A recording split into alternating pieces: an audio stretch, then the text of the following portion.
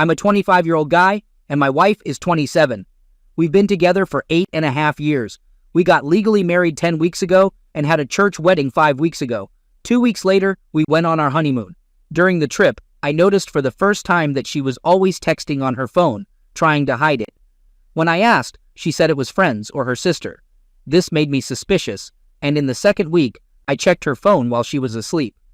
It was the first time I ever did that. I trusted her, but I found out she was cheating with a 39-year-old guy, a cook from her work, whom she sees daily. I didn't bring it up during the honeymoon to avoid a fight.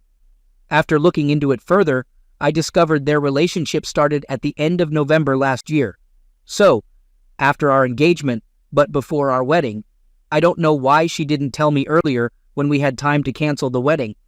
I haven't discussed this with my wife yet, but I think she suspects I know something. We still need to choose photos for our wedding album and write thank you letters for gifts. I didn't bring it up until now because of these things, but I'm dying inside and need to do something. I'm checking if I can legally remove her from our rented house, cancel the wedding, or get a divorce.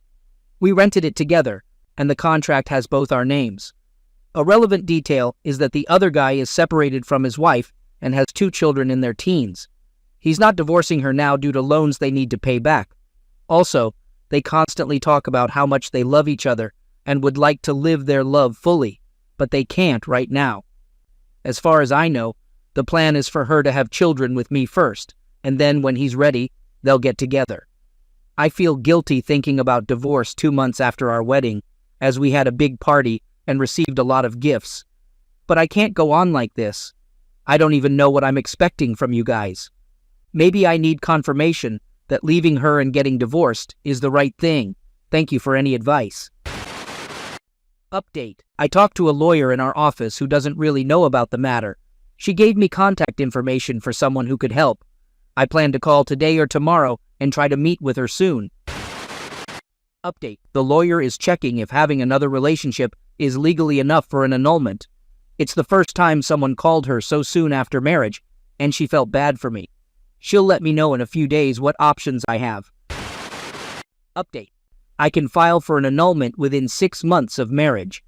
I have time to talk to the priest about annulling the church wedding. I'll take my school exams in the next 2 weeks and then discuss everything calmly with my wife. The problem is, I have no idea how to start this discussion with her. Saying, "Hey, I know you're cheating on me," sounds bad. Update. I discussed this with our priest, and apparently he can also call for an annulment. But he wants me to talk to my wife first and let her decide if she wants to stay or not. I'm not sure if I want to let her decide because I don't think I can trust her again. I don't know how to begin this discussion, and while there's never a perfect moment, I'd appreciate any advice on what to say or not say. The priest advised me not to focus on her faults, but to express how my feelings are hurt and how our marriage doesn't feel genuine. Instead of talking about forgiveness, I should discuss my willingness to help her. I need to let her know that I'm aware of her cheating, but without revealing all the details. It might be a good idea to meet with my lawyer first to understand the next steps, especially concerning our jointly rented house, before discussing it with my wife. Update. A lot has happened since my last update. I sought advice on whether to discuss the issue, go for divorce, or seek an annulment, as I shared the details of my conversations with a lawyer. The lawyer mentioned the possibility of requesting an annulment within 6 months of marriage. However, since cheating isn't explicitly mentioned in the law as grounds for annulment, a 100% success guarantee isn't assured. In the worst case, I might opt for a divorce. I also consulted our priest, who stated that, from the church's perspective, I can request an annulment anytime, provided I can prove ongoing cheating before, during, and after the marriage. I have all the evidence required for this. Upon sharing the situation with my friends, they advised me to immediately ask her to leave my home. After gathering necessary information, I had a conversation with my wife 3 weeks ago, which involved tears, some yelling, and subsequent discussions in the following days. We even spent a weekend away to talk things over without distractions. She couldn't explain why she cheated and didn't bring it up earlier out of fear of my reaction. Surprisingly, she claimed she still loved me. I asked her to decide between our marriage and the other guy and to figure out what she'd do to save our relationship. Based on her decision, I would determine whether to give it another shot or not. Initially, I was 90% inclined to leave her, and that feeling should have been 100% after a week. As she couldn't give a clear answer about choosing between me and the other guy, I made the decision for her. If she couldn't decide within 3 months of marriage, I couldn't decide to spend my life with her. 2 weeks ago, we decided to end our relationship. Interestingly, she didn't ask me to stay even once. She seemed sad about my departure, but I believe she was also happy to pursue a relationship with the other guy.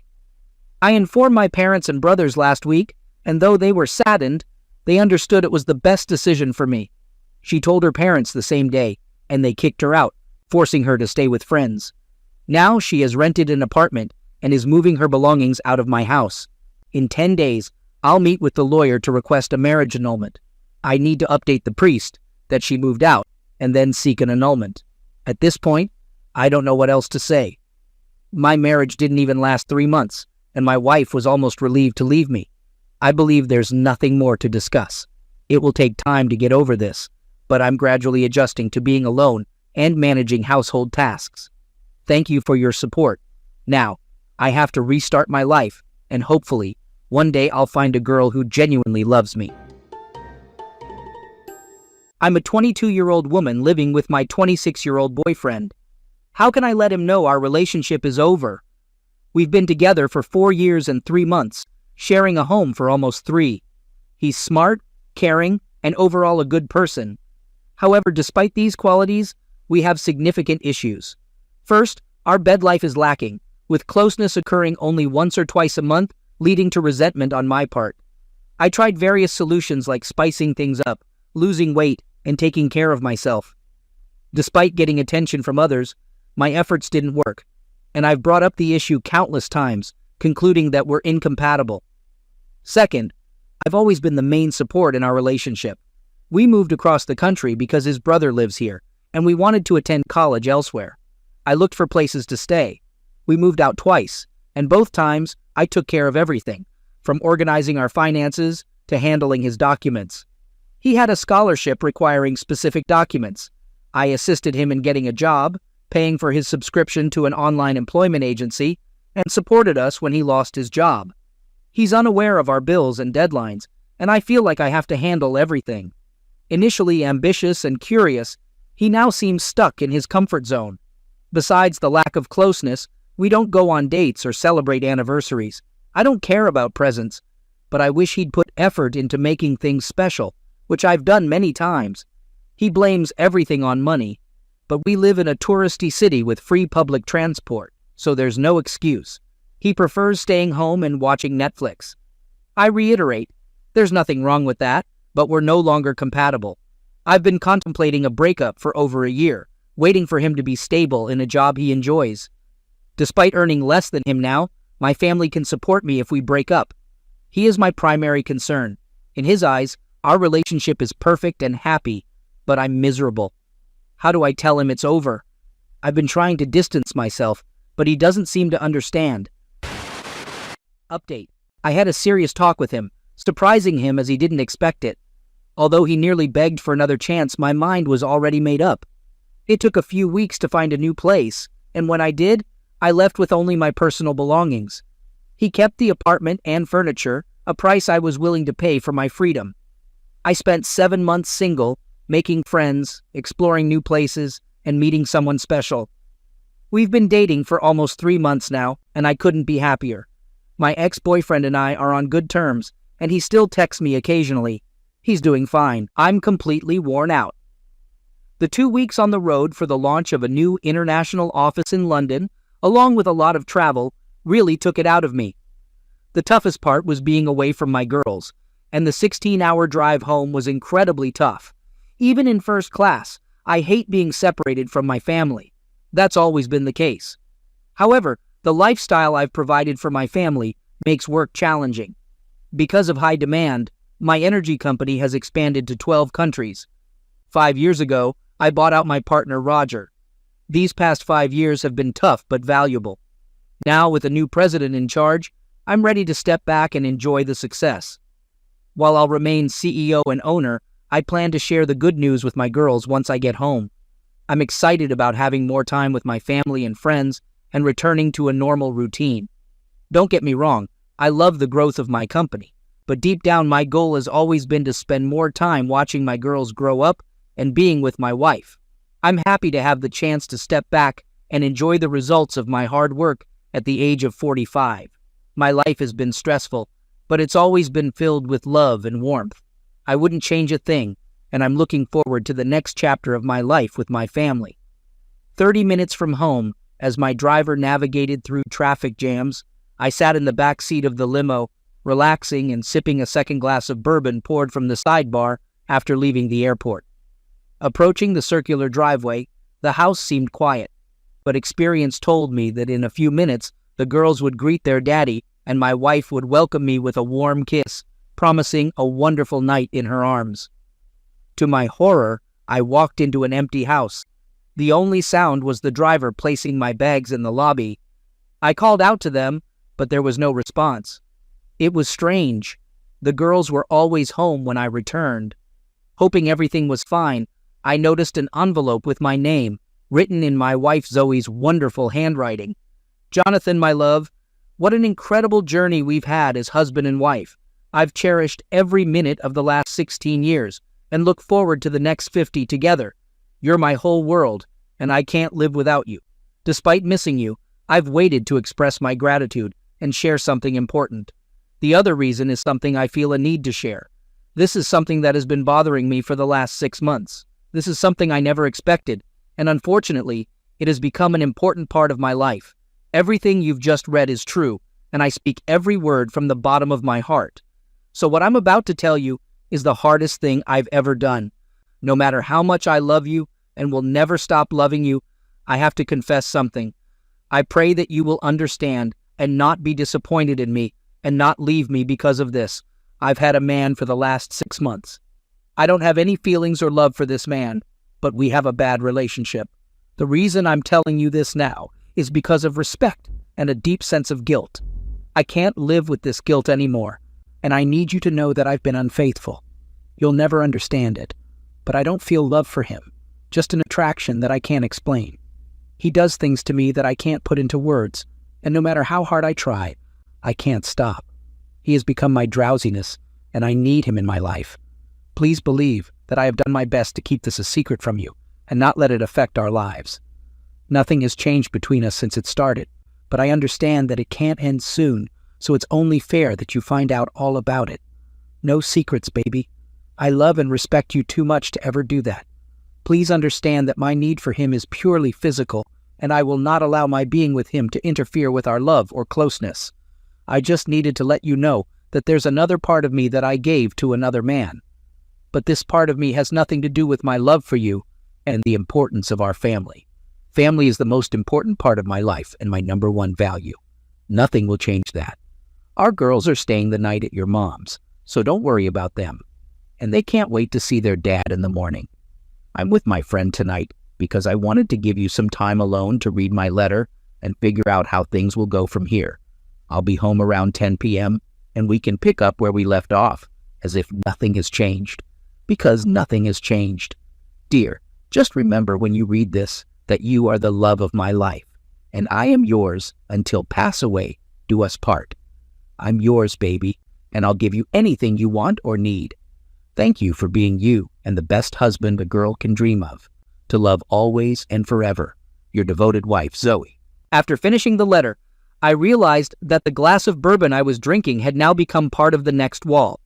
I didn't remember even throwing a glass, let alone throwing it with such force that a few shards actually stuck into the wall.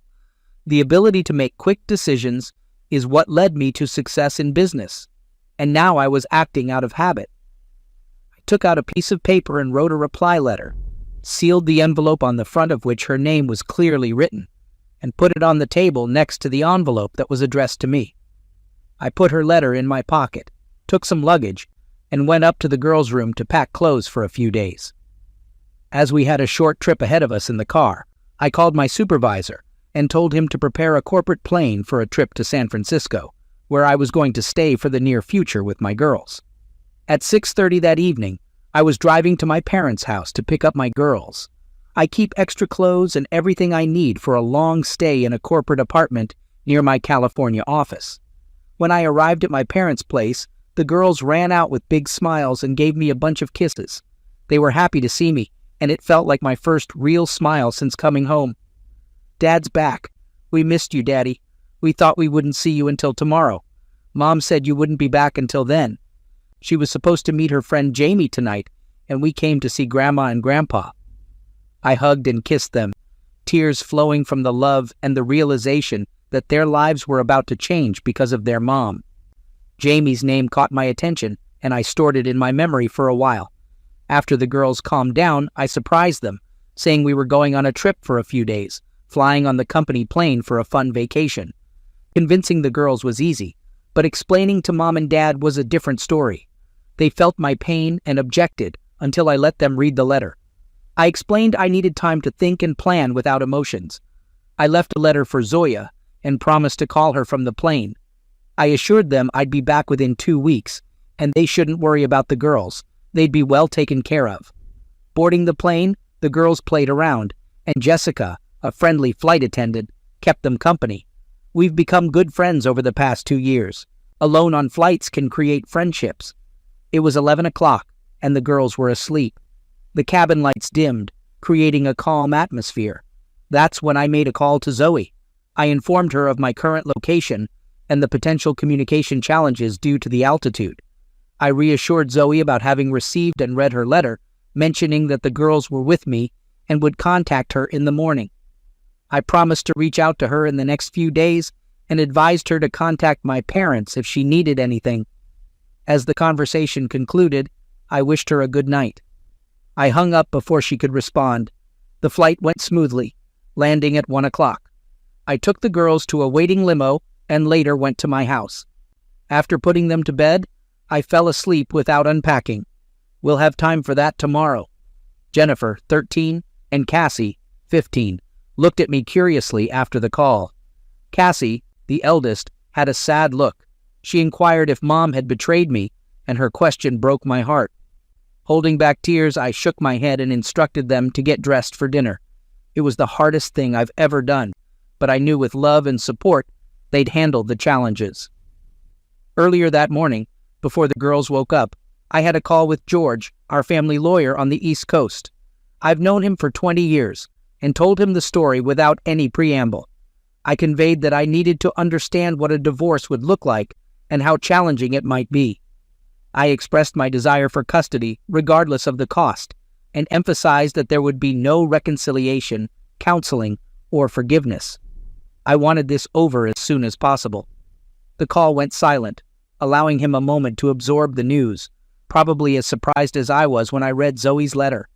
He expressed his condolences, mentioning how he and Kate thought we were the perfect couple. He couldn't wrap his head around how she could do this. But he understood what I was asking. He reminded me of the prenup that Roger insisted on when we started the company, citing Roger's own experience with infidelity in his previous business. He explained that the prenup was in place and current.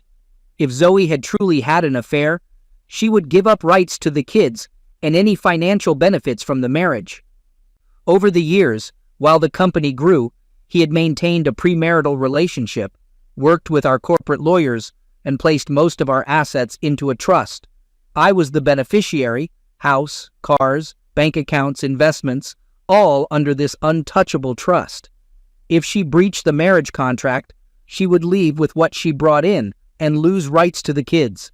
While we didn't set this up for this situation, it seemed to work in my favor. George, you're right. I never thought she'd betray me. I completely forgot about the prenup. But George, all I have is a letter admitting her infidelity.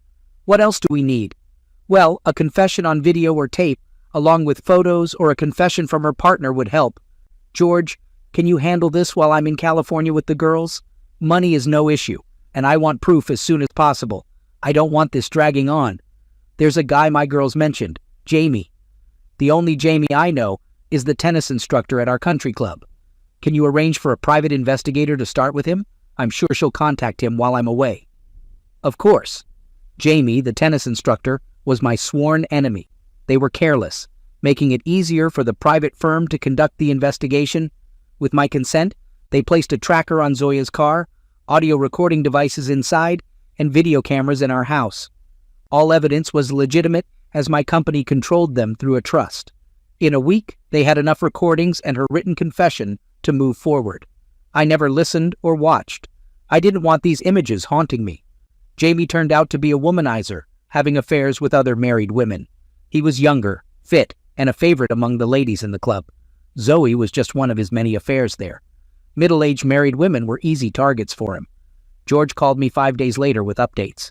"Jonathan, we have all the necessary evidence. What do you want us to do? Are you still going to divorce Zoe?" Without hesitation, I said, "Draw up the divorce papers meticulously. I want her to feel the pain she caused me. I'll be at home when she's notified on Tuesday. I want to be there when she gets home. Are you sure about the divorce, Jonathan?" "Definitely, as we're discussing now. But I need to think about the girls and talk to her before signing the papers." "It's tough, George, and I hope you never experience this. I love her, but I can't forgive what she did. Whatever you decide, I'm here to help, Jonathan. Stay in touch, and we'll keep you updated once she's notified." We got home on Tuesday morning around 9 a.m., and the girls were happy to be back. I told them that after their mom finished a tennis lesson, I wanted them to stay in their rooms while we talked. They seemed upset and worried, but I tried my best to assure them that things would be okay. 6 months later, the divorce was finalized. Even though Zoe was still the girl's mom, I covered the first 3 months of rent for a small, furnished 2-bedroom apartment near our house and the club. I also bought her a 3-year-old Toyota Samga so she could drive. I knew I didn't have to do all this, but I wanted my kids to see their mom whenever they wanted. The fancy cars and luxurious lifestyle were now a thing of the past. She gave up everything for some tennis player she wouldn't see again. Despite everything, I even helped her get a job at the country club. Once I dropped the lawsuit, they agreed to let go of Jamie and assist Zoe with employment. She's no longer a member of the country club, but works as a waitress there to make ends meet. It must have been humiliating for her to go from a club's famous member to one of their waitresses. Jamie had dumped Zoe as soon as the lawsuit started, leaving her with no one to turn to. The girls informed me that their mom cried every night for the love and lifestyle she gave up to satisfy selfish desires. It took all this for her to realize the mistake she made and how foolish it was to think I'd accept her selfish desires. I felt sad about how things turned out and told the girls that I still loved their mom, encouraging them to love and forgive her. They stayed close, visiting her on weekends. Later that year, during one of her visits to pick up the girls, we had our first friendly conversation. She admitted her mistakes and asked for forgiveness. "Jonathan, I know we won't be together anymore and you'll never trust me again, but I want to apologize and beg you to forgive me. I now understand the hurt I caused. I used to be spoiled and didn't care about anyone but myself. I felt entitled and didn't consider how you'd feel. Now I see my mistakes and how much I hurt you. If there was a way to undo it all, I'd do it in a second. Losing you was the worst thing that ever happened to me. I miss you and your love so much that it hurts. I've matured over the last year, and looking back, I can't believe how foolish I was. I'm sorry for ruining everything."